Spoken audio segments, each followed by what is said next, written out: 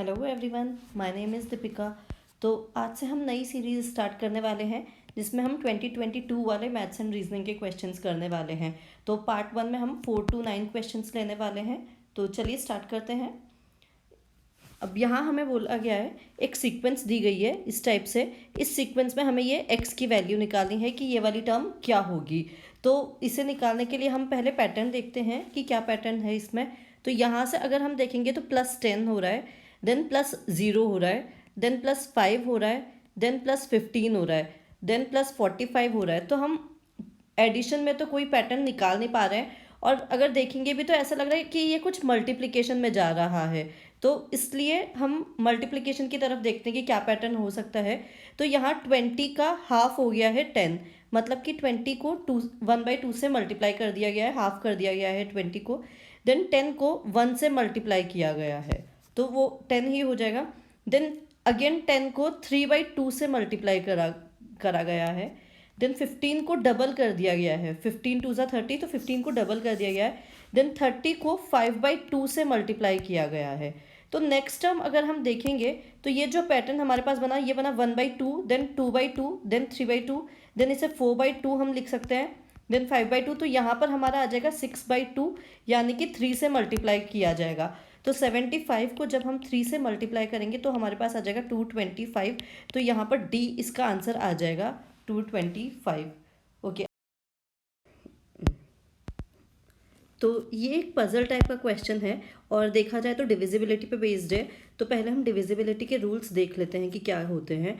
तो अगर हमें किसी नंबर की डिविजिबिलिटी बाय 9 चेक करना है कि वो नंबर 9 से डिविजिबल है या नहीं है, तो उसके लिए क्या करेंगे, वो जो पूरा नंबर है उस नंबर की जितनी भी डिजिट्स हैं उन सब का सम कर लेंगे, और वो सम हमेशा 9 से डिविजिबल होना चाहिए 9 से डिविजिबिलिटी के लिए। तो यहाँ अगर हम देखेंगे तो जो नंबर है वो 1 2 4 5 7 8 9 से मिलकर बन रहा है। तो ये किसी भी ऑर्डर में भले ही हो, लेकिन इनका अगर हम सम करेंगे तो 1 + 2 + 4 + 5 + 7 + 8 + 9, जब हम ये करेंगे तो ये 36 हमें मिलने वाला है। तो ये 36 जो है ये 9 से डिविजिबल है। तो इसका मतलब इन सब डिजिट्स को यूज़ करके कोई भी नंबर बनाया जाए, किसी भी ऑर्डर में उन्हें अरेंज किया जाए, वो हमेशा 9 से डिविजिबल होगा। और सिमिलर सिचुएशन होती है 3 से डिविजिबिलिटी की। अगर वो जो सम ऑफ द डिजिट्स है वो 3 से डिविजिबल होगा, तब भी वो नंबर 3 से डिविजिबल होगा पूरा नंबर। तो इसी यही नंबर जो हम बात करेंगे, तो 36 3 से भी डिविजिबल है, तो ये नंबर 3 से भी डिविजिबल है। तो ये दो हमने चेक कर लिए हैं, 9 से और 3 से डिविजिबिलिटी के लिए। 9 से डिविजिबिलिटी के लिए सम ऑफ द डिजिट्स 9 से डिविजिबल होना चाहिए, और 3 से डिविजिबिलिटी के लिए 3 से डिविजिबल होना चाहिए। ठीक है। अब 6 से अगर हमें डिविजिबिलिटी चेक करनी है, तो 6 से डिविजिबिलिटी का क्या रूल होता है कि 6 को हम अगर फैक्टर्स करेंगे तो हमें हमें मिलेगा 3 × 2। तो जो नंबर है वो 3 और 2 दोनों से डिविजिबल होना चाहिए। इसका मतलब क्या हुआ कि उस नंबर की जो यूनिट डिजिट है वहाँ पर एक इवन नंबर होना चाहिए। इवन नंबर लाइक 2 4 8 6, इस तरह से इवन नंबर होना चाहिए यूनिट डिजिट पर, तो वो 2 से डिविजिबल होगा। और 3 से डिविजिबिलिटी का हम चेक कर ही चुके हैं कि सम ऑफ द डिजिट्स जो है वो 3 से डिविजिबल होना चाहिए, तो वो नंबर 3 से डिविजिबल रहेगा। तो 6 से डिविजिबिलिटी के लिए हमें देखना होगा कि वो नंबर 3 या 2 से डिविजिबल है या नहीं है। ठीक है। उसके अलावा अब हम देखते हैं बाकी 5 से डिविजिबिलिटी के लिए। 5 से डिविजिबिलिटी के लिए क्या होता है, जो पूरा नंबर है उसकी यूनिट डिजिट पर 5 या फिर 0 होना चाहिए। तो अगर उसकी यूनिट डिजिट पर अगर 5 आ रहा है या 0 आ रहा है, तो वो नंबर हमेशा 5 से डिविजिबल होगा।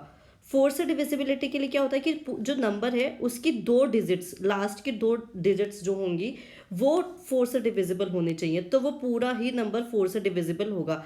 कोई भी कितना भी बड़ा नंबर अगर दिया हुआ है, उसकी लास्ट की 2 डिजिट्स अगर 4 से डिविजिबल है, तो वो पूरा नंबर 4 से डिविजिबल होगा। बाकी 3 और 2 की डिविजिबिलिटी हम ऑलरेडी देख चुके हैं, तो वो वही उनके रूल्स वही हैं, इवन नंबर होना चाहिए और सम ऑफ द डिजिट्स 3 से डिविजिबल होनी चाहिए। ठीक है। अब यहाँ पे क्वेश्चन देखते हैं। क्वेश्चन में क्या बोला गया है, an identity card has the number ABCDEFG। तो 7 नंबर्स दिए हुए हैं जो कि उस आइडेंटिटी कार्ड पर होंगे, not necessarily in that order, we each letter represents a distinct digit. तो ये जो ABCDEFG हैं ये इन डिजिट्स को रिप्रेजेंट कर रहे हैं। तो 1 2 4 5 7 8 9 ये डिजिट्स हम उस आइडेंटिटी कार्ड में हैं। तो अब इसमें 1 to 9 के सारे नंबर्स दिए हुए हैं, सिर्फ 3 और 6 नहीं दिए हुए हैं, तो बाकी सारे नंबर्स हैं। तो 7 डिजिट्स का नंबर है उस आइडेंटिटी कार्ड पर। आगे देखेंगे तो the number is divisible by 9। तो हम देख ही चुके हैं, सम ऑफ द डिजिट्स 36 आ रहा था, तो वो 9 से डिविजिबल है। तो कोई भी नंबर बना लो तो वो 9 से डिविजिबल रहेगा इन नंबर्स को यूज़ करते हुए। आगे क्या बोला गया है, after deleting first digit from the right the resulting number is divisible by 6। ठीक है, तो अब इसके लिए हम कुछ कर सकते हैं। तो 7 डिजिट्स का है 1 2 3 4 5 6 7। अब बोला गया है जो नंबर है पूरा वो पहले 9 से डिविजिबल है, तो ये नंबर 9 से डिविजिबल है। अब क्या आगे क्या बोला गया है कि फर्स्ट डिजिट को हटाने के बाद जो रिमेनिंग नंबर आएगा वो 6 से डिविजिबल है। इसका मतलब क्या हुआ कि इस नंबर, ये जो नंबर आएगा हमारे पास, ये 3 से भी डिविजिबल होना चाहिए और 2 से भी डिविजिबल होना चाहिए। तो 3 से डिविजिबिलिटी के लिए तो क्या होगा कि सम ऑफ द डिजिट्स 3 से डिविजिबल होना चाहिए। इसका मतलब ये है कि 1 2 4 5 7 8 9 में से हमें ऐसा नंबर हटाना होगा जिसे हटाने के बाद भी सम ऑफ द डिजिट जो होगा वो 3 से डिविजिबल मिलना चाहिए। तो यहाँ पर हम अगर 9 को हटा देंगे और बाकी का सम ऑफ द डिजिट देखेंगे तो 27 होगा, तो ये भी 3 से डिविजिबल होगा। 9 के अलावा अगर हम किसी और नंबर को हटाएंगे तो सम ऑफ द डिजिट्स हमें 3 से डिविजिबल नहीं मिलेगा। तो जो ये यूनिट डिजिट होगी उस पर हमें 9 ही प्लेस करना होगा ताकि जो रिमेनिंग नंबर बचेगा हमारे पास वो 3 से डिविजिबल आए। तो ये पहली कंडीशन हो गई यहाँ से 6 से डिविजिबिलिटी की। दूसरी कंडीशन क्या है कि वो 2 से भी डिविजिबल होना चाहिए। तो 2 से डिविजिबिलिटी के लिए क्या होगा कि ये जो यूनिट डिजिट आएगी यहाँ पर एक इवन नंबर होना चाहिए। तो इवन नंबर इनमें से कौन सा होगा, 2 हो सकता है या फिर 4 हो सकता है या फिर 8 हो सकता है। तो इस नंबर पर हमें एक इवन नंबर ही प्लेस करना होगा। तो 2 4 या 8 में से एक नंबर यहाँ पर हमें मिलने वाला है। आगे बोला गया है after deleting 2 digits from the right of the original number the resulting number is divisible by 5। अब 2 डिजिट्स हमने राइट से डिलीट कर दी हैं, तो जो ये रिजल्टिंग नंबर है ये 5 से डिविजिबल है। तो 5 से डिविजिबिलिटी के लिए क्या होगा, यूनिट डिजिट पर या तो 5 होना चाहिए या 0 होना चाहिए। अब 0 तो है नहीं हमारे पास यहाँ पे, तो हमें 5 ही यहाँ पर प्लेस करना होगा। तो यहाँ पर हमें ये नंबर मिल चुका है, यहाँ पर हमारे पास 5 आएगा, ये कंफर्म हो गया है। तो अभी तक हम 2 नंबर्स निकाल चुके हैं, यहाँ पर 9 होगा और यहाँ पर 5 होगा। तो 2 नंबर्स हमारे पास इस तरह से आ चुके हैं। अब आगे अगर हम देखेंगे तो नेक्स्ट है after deleting 3 digits from the right of the original number the resulting number is divisible by 4। Okay, तो अब राइट से 3 डिजिट्स हमें डिलीट करनी है, तो ये जो रिजल्टिंग नंबर है ये 4 से डिविजिबल होने वाला है। तो ये जो रिजल्टिंग नंबर अब यहाँ पर 4 से डिविजिबल होगा, इसका मतलब ये कि ये जो 2 डिजिट्स हैं ये 4 से डिविजिबल होंगी। जो लास्ट के 2 डिजिट्स होती हैं वो 4 से डिविजिबल होंगी, तभी ये पूरा नंबर 4 से डिविजिबल रहेगा। तो इसका मतलब ये हो गया कि ये वाली जो डिजिट है यहाँ पर भी एक इवन नंबर होने वाला है, क्योंकि 4 से डिविजिबल कौन सा नंबर हो सकता है, 12 24 28 या कुछ ऐसा ही नंबर होगा। तो जो ये वाली डिजिट यहाँ पर आएगी हमारे पास वो भी एक इवन डिजिट ही होनी चाहिए। तो यहाँ पर भी हमें 2 4 या 8 में से ही एक डिजिट यहाँ पर होगी, तो यहाँ का वो हो जाएगा। आगे देखते हैं after deleting 4 digits from the right of the original number the resulting number is divisible by 3। Okay, तो ये 4 डिजिट्स इधर से डिलीट कर देंगे, तो जो ये रिजल्टिंग नंबर है ये 3 से डिविजिबल होना चाहिए, ये हमें बोला गया है। ठीक है, तो अब यहाँ पर आगे एक और देख लेते हैं। तो इसका मतलब ये हो गया कि ये जो 3 डिजिट्स हैं इनका सम 3 से डिविजिबल होना चाहिए। ठीक है, आगे देखते हैं after deleting 5 digits from the right of the original number the resulting number is divisible by 2। तो अब ये जो 5 डिजिट्स हैं इन्हें डिलीट कर देंगे, तो जो रिजल्टिंग नंबर होगा ये वाला, ये 2 से डिविजिबल होना चाहिए। तो यहाँ पर भी जो है वो एक इवन नंबर ही होना चाहिए। तो यहाँ पर भी 2 4 या 8 में से ही कोई एक नंबर होगा। तो इस तरह से हमने अभी तक निकाल लिए हैं। तो अभी तक हमें क्या क्या चीज़ें पता चली हैं, यहाँ पर 9 होने वाला है, यहाँ पर 5 होने वाला है, और ये जो 3 प्लेसेस हैं यहाँ पर 2 4 या 8 में से एक नंबर आने वाला है। तो 5 प्लेस कर चुके, 9 प्लेस कर चुके, 2 4 और 8 की प्लेसेस हम देख चुके हैं, पर हमें नहीं पता किस ऑर्डर में होंगी ये। तो अब जो नंबर्स हमारे पास बचे हैं वो है 1 और 7। तो ये वाला जो नंबर है और ये वाला जो नंबर है यहाँ या तो 1 होगा या फिर 7 होने वाला है। तो 1 होगा या 7 होगा। और ये देखा था हमने कि इन तीनों का सम 3 से डिविजिबल होना चाहिए, क्योंकि ये 3 डिजिट्स 3 से डिविजिबल हैं।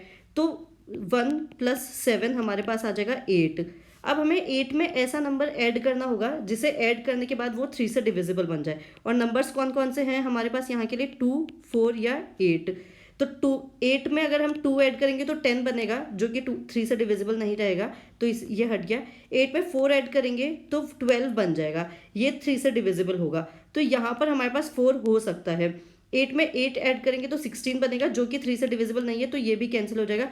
तो यहाँ के लिए हमें 4 मिल जाएगा, यहाँ पर 4 ही होना चाहिए, इस वाली जगह पर 4 होना चाहिए, ताकि ये जो तीनों नंबर्स हैं ये 3 से डिविजिबल हो जाएं। आगे अब हम देखते हैं तो क्या हो सकता है। अब हमें यहाँ पे देखना होगा कि यहाँ पर और यहाँ पर क्या होना चाहिए, हमें वो देखना होगा। तो यहाँ का हमें है कि 1 या 7 में से एक होना चाहिए। अब हमने देखा था कि ये वाला जो नंबर है, ये 4 डिजिट्स जो थी ये 4 से डिविजिबल हैं।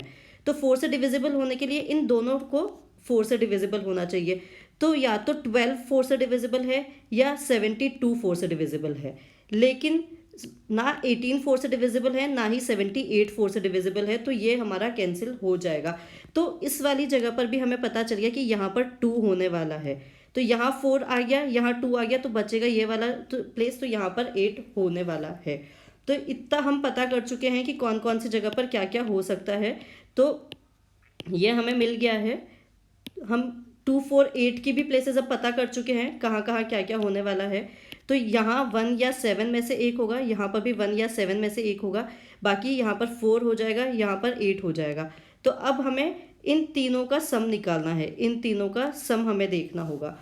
तो अगर हम सम देखेंगे तो 5 + 2 7, यहाँ पर अगर 1 है तो 1, तो यहाँ पर ये हो जाएगा हमारे पास 8। और अगर यहाँ पर 1 नहीं है, 7 है, तो 7 + 7 ये 14 होगा, और 14 का भी 4 + 1 करेंगे तो 5 आएगा।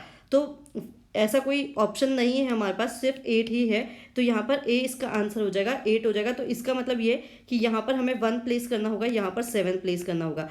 तो जो नंबर हमें मिला है वो मिला है 7 4 1 2 5 8 9 1 2 3 4 5 6 7। तो 7 डिजिट्स का एक ये नंबर हमें मिल चुका है। तो अगर बहुत ट्रिकी क्वेश्चन है, बहुत सोच समझ के करने वाला है, एक एक चीज़ को ध्यान में रख के करने वाला है, तो कहीं पर भी मिस आउट हुआ है तो इस सोल्यूशन को दोबारा देख लीजिए। फिर भी डाउट है तो प्लीज़ कमेंट्स में पूछिए, मैं ट्राई करूँगी कि मैं एक्सप्लेन कर सकूँ और भी अच्छे से और भी सिंप्लीफाइड वे में।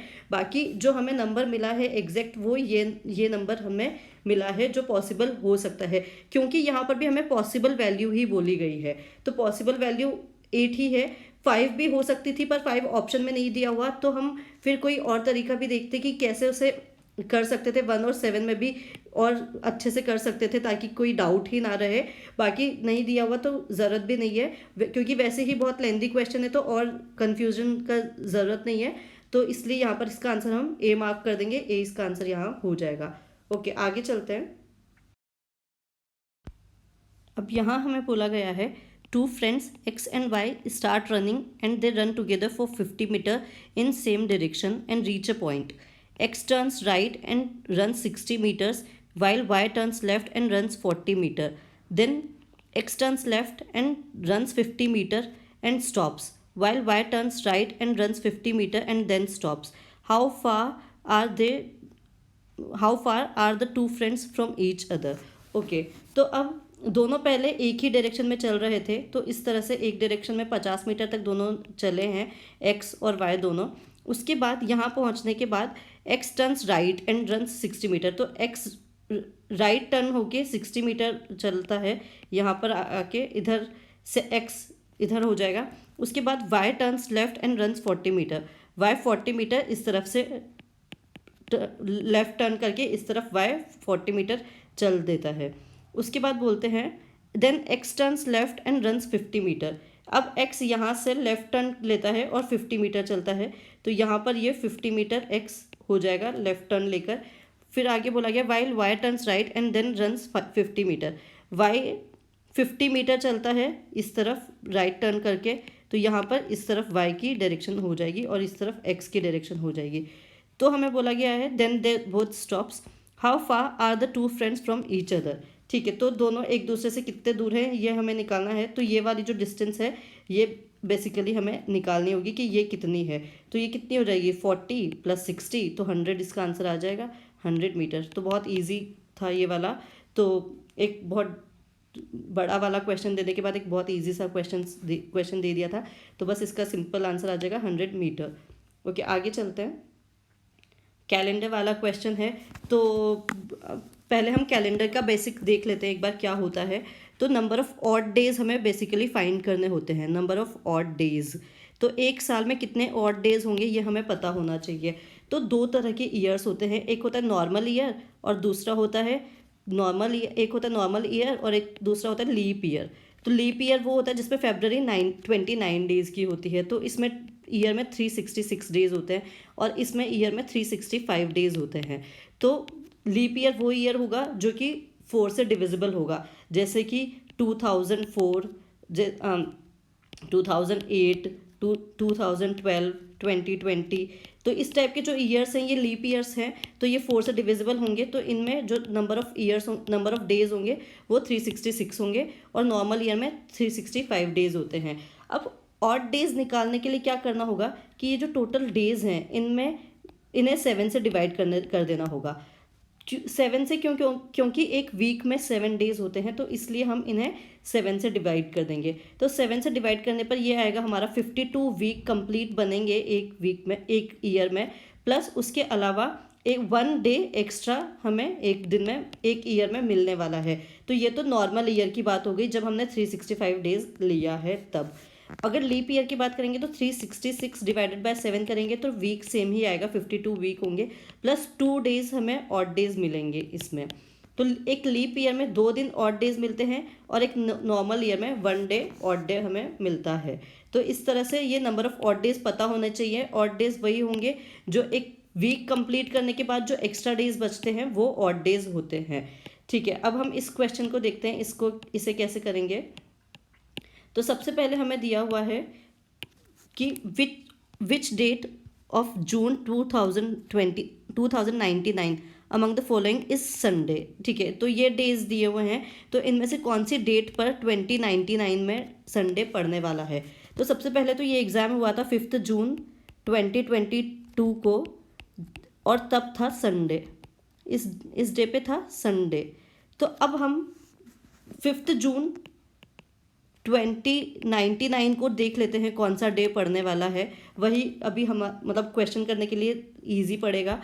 तो इस दिन कौन सा डे पड़ेगा ये अगर हम पता कर लेंगे तो हम संडे कौन से, क्योंकि 5th यहाँ पर दिया हुआ है तो हमें इसका पता चल जाएगा। तो 4, 6 और 7 जून को कौन सा डे पड़ेगा वो भी हम निकाल सकते हैं। तो इसलिए यहाँ पर हम सबसे पहले 5 जून 2099 का निकाल लेते हैं कौन सा डे पड़ने वाला है।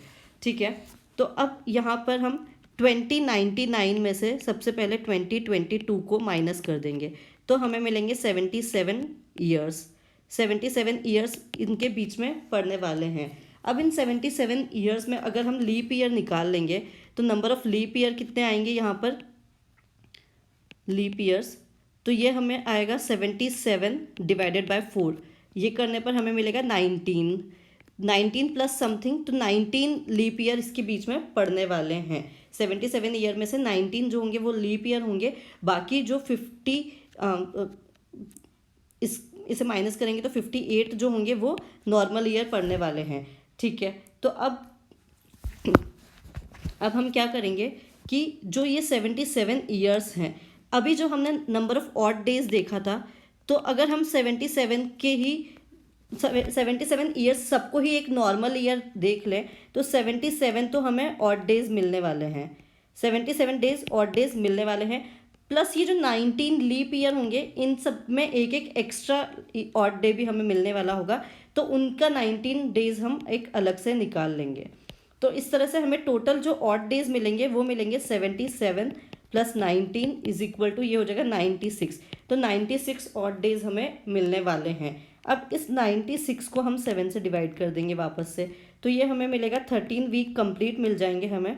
उसके अलावा 5 डेज हमें एक्स्ट्रा मिलने वाले हैं, तो 5 ऑड डेज हमें मिलने वाले हैं इन 77 ईयर्स में। तो अब 5 जून 2022 को संडे था, तो तो अब इससे 5 डेज आगे निकल जाएंगे तो हम क्या होगा, मंडे, फर्स्ट डे पे Monday, then Tuesday, then Wednesday, then Thursday and then Friday. तो हमें जो 5 जून 2019 है उस दिन पे फ्राइडे मिलने वाला है। ये 1 2 3 4 एंड 5, तो 5th ऑड डे पे हमें फ्राइडे मिलने वाला है। तो ये जो 5 जून 2099 है, इस डे पे हमें फ्राइडे मिलने वाला है। तो अगर इस डे पे फ्राइडे मिलेगा तो संडे कब मिलेगा, 7 जून को संडे भी हो जाएगा। तो डी इसका आंसर यहाँ पर आ जाएगा, 7 जून 2099 को संडे होने वाला है। ओके, आगे चलते हैं। ये वाला क्वेश्चन है, तो इसमें हमें बोला गया है a bill for ₹1840 is paid in denominations of ₹50, 20 and 10। 50 notes, total 50 notes हैं, in all are used, consider the following statements. Okay, 25 notes of ₹50 are used and the remaining are in the denomination of 20 and 10. 35 notes of ₹20 are used and the remaining are in denomination of 50 and 10. 20 notes of ₹10 are used and the remaining are in the denomination of 50 and 20. Which of the above statements are not correct? तो not यहाँ पर पूछा गया है, तो ये बात बिल्कुल ध्यान में रखने वाली है, क्योंकि कई बार लोग नॉट नहीं देख पाते हैं और इसीलिए क्वेश्चन गलत हो जाता है। तो नॉट यहाँ पर पूछा गया है, तो सबसे पहले तो इसे ही हाईलाइट कर लेंगे। उसके बाद अब देखते हैं किस तरह से इन्हें पे किया जा सकता है। तो टोटल हमें ₹1840 पे करने हैं। अब क्या है, फर्स्ट स्टेटमेंट में, और टोटल 50 नोट्स हैं, ये भी याद रखना है कि टोटल 50 नोट्स हैं। अब फर्स्ट स्टेटमेंट में बोला गया है 25 नोट्स ऑफ ₹50 यूज़ कर लिए गए। तो फर्स्ट स्टेटमेंट अगर हम देखेंगे तो 25 नोट्स ₹50 के यूज़ कर लिए गए हैं, 25, तो ये हमारा हो जाएगा 1250 इतने पे कर दिए गए हैं। तो अब हमें पूछा गया कि 20 और 10 के कितने कितने रुपए होने चाहिए बाकी रिमेनिंग अमाउंट पे करने के लिए। तो रिमेनिंग अमाउंट कितनी हो जाएगी, 1840 माइनस 1250, तो कितना हो जाएगा, ये ₹590 हमें और पे करना है अभी, ₹590। अब ₹20 एंड ₹10, तो अब रिमेनिंग नोट हमें 25 नोट और पे करने हैं। तो अगर हम मान लें कि ₹20 के सारे ही नोट, 25 नोट्स जो रिमेनिंग है वो सारे ही लेट से ₹20 में पे कर दिए, तब भी हम ₹500 ही पे कर पा रहे हैं, तब भी ₹590 तो नहीं हो पा रहे। तो ₹10 के भी करेंगे हम और 25 के भी 20 के भी करेंगे, तो लेकिन फिर भी 590 तो नहीं हो पा रहे, हमें ₹590 और चाहिए। तो इसलिए फर्स्ट स्टेटमेंट इनकरेक्ट होगा, फॉल्स होगा, लेकिन ये आंसर में होना चाहिए, तो इसलिए बी यहाँ पर हम एलिमिनेट कर देंगे। ये आंसर में होना चाहिए ये वाला स्टेटमेंट, तो 1 होगा, 1 इनकरेक्ट हो गया हमारे पास। आगे देखते हैं, आगे देखते हैं अब क्या करेंगे। नेक्स्ट हमें बोला गया है सेकेंड स्टेटमेंट में 35 notes of ₹20 are used and the remaining are in denomination of ₹50 and 10. तो 35 नोट्स जो हैं वो ₹20 के यूज़ कर लिए गए, तो ये ₹700 यहाँ पर पे कर दिए गए हैं। अब कितने बचे, 1840 माइनस 700, तो ये हमारे पास बच जाएंगे ₹1140 हमें और पे करने हैं।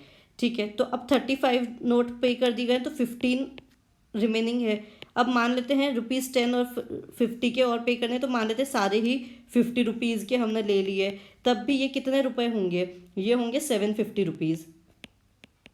ये फिर भी 750 है और हमें कितने पे करने हैं अभी, और 1140 पे करने हैं, तो इसलिए ये भी फॉल्स हो गया और ये भी आंसर में होगा, क्योंकि इनकरेक्ट पूछा हुआ है, तो सी भी यहाँ पर हमारा हट जाएगा, क्योंकि यहाँ पर भी ₹50 पूरे करने के बाद भी 15 नोट सारे ₹50 के लेने के बाद भी हम पूरा नहीं पे कर पा रहे, इसलिए ये भी इनकरेक्ट हो गया। अब आगे थर्ड स्टेटमेंट देख लेते हैं, थर्ड में क्या बोला गया है।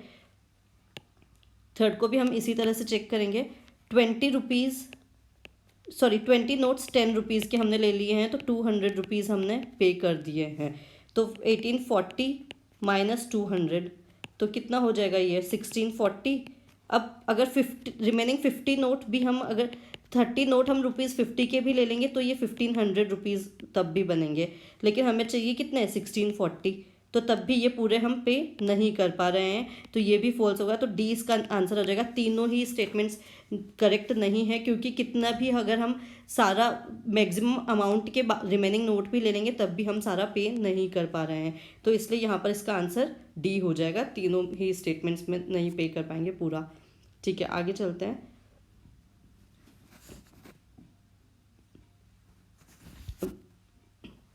ये इस वाले वीडियो का लास्ट क्वेश्चन है ये वाला। तो अब इस टाइप के पावर वाले जो क्वेश्चंस होते हैं, इनमें या तो पावर को सेम कर लेना चाहिए या बेस को सेम कर लेना चाहिए। तो अगर हम यहाँ पर देखेंगे तो 2⁴40, 3⁻21, 4⁻18 एंड 8⁻12। तो सॉरी, यहाँ पर हम इन तीनों में पावर बेस को सेम कर सकते हैं। तो बेस को सेम करने के लिए ये तो 2⁴40 है, तो इसको तो नहीं कर पाएंगे। इसे हम लिख सकते हैं 2 स्क्वायर एंड पावर 18। तो ये हम कर देंगे 2⁻36। यहाँ पर कर देंगे 2 क्यूब पावर 12, तो ये हो जाएगा 2⁻36। तो अब अगर इन तीनों नंबर्स में हम देखेंगे तो ये 40, 36, 36, तो ये दोनों छोटे होंगे और ये सबसे बड़ा होगा। तो ये वाला तो कैंसिल हो जाएगा, क्योंकि हमें स्मॉलेस्ट पूछा हुआ है। और क्योंकि स्मॉलेस्ट पूछा हुआ है तो ये दोनों इक्वल हैं, तो ये दोनों भी स्मॉलेस्ट नहीं हो सकते, तो ये भी कैंसिल हो जाएंगे। तो बी इसका आंसर यहाँ पर आ जाएगा। 3⁻21 स्मॉलेस्ट होने वाला है। फिर भी अगर चेक करना है तो 2⁻36 और 3⁻21 इन दोनों में हमें चेक करना होगा। तो अब हम क्या करते हैं, पावर में भी हम थोड़ा सा बैलेंस करने की कोशिश करते हैं। तो 3 से पावर डिवाइड हो सकती है दोनों की, तो दोनों की पावर को 3 से डिवाइड कर देंगे। तो ये होगा 2⁻12 और ये हो जाएगा 3⁻7। तो ये हम और इसे सॉल्व करने के बाद ये हमें मिलने वाला है। तो 2⁻12 की जो वैल्यू होती है वो होती है 4096 और 3⁻7 की वैल्यू होती है 2187। तो ये दिख ही रहा है कि ये स्मॉलेस्ट है, तो इसलिए बी यहाँ पर इसका आंसर हो जाएगा। स्मॉलेस्ट हमें वही मिलने वाला है। तो आई होप आप लोगों को ये सेशन यूज़फुल लगा होगा, और लगा है तो प्लीज़ लाइक करिए, शेयर करिए, सब्सक्राइब करिए चैनल को। और अगर कोई भी डाउट है तो आप कमेंट्स में तो पूछ ही सकते हैं। उसके अलावा सिविल आश्रम के टेलीग्राम पे एक डिस्कशन ग्रुप है, जिसे आप civil_ashram_chat करके सर्च कर सकते हैं। वहाँ पर भी आप अपने डाउट्स पूछ सकते हैं। अगर इनके अलावा भी आप कोई बुक फॉलो कर रहे हैं या कोई टेस्ट सीरीज़ फॉलो कर रहे हैं जिसके क्वेश्चंस आपको पूछने हैं, तो वो भी आप इस ग्रुप पे पूछ सकते हैं। टेलीग्राम पर ये ग्रुप है और टेलीग्राम पे ये सर्च करके आप उस ग्रुप को ज्वाइन कर सकते हैं। और बने रहिए चैनल के साथ। Thank you so much for your